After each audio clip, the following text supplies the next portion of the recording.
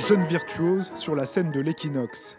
Accompagné de l'Orchestre national des Pays de la Loire, le pianiste français Alexandre Kantorov, vainqueur du prestigieux concours Tchaïkovski en 2019, répète un mouvement du concerto pour piano numéro 2 de Franz Liszt.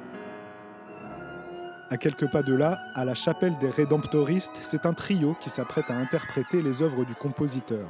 Rhapsodie hongroise, Danse des morts entre autres, une sélection entre ombre et lumière. Il a toujours été tiraillé entre un certain attrait pour le charme, la séduction, les prouesses faciles quelque part, et en même temps des questions essentielles et une vocation religieuse. Donc il a jonglé entre les deux toute sa vie, et finalement c'est un peu le sombre et le religieux et l'intérieur qui a fini par l'emporter. Orchestre ou formation plus restreinte, une volonté de puiser dans la diversité du répertoire de Liszt.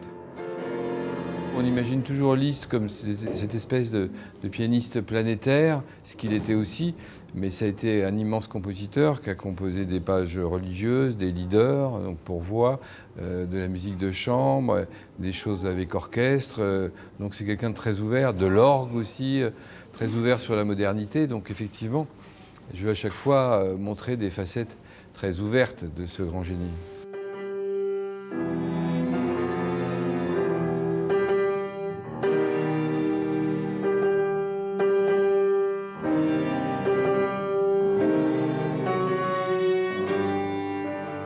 Fabuleux, magique, magistral, tout simplement.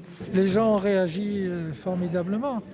C'est magnifique. Hein. C'était mais très très bien joué, vraiment plein d'émotions, génial.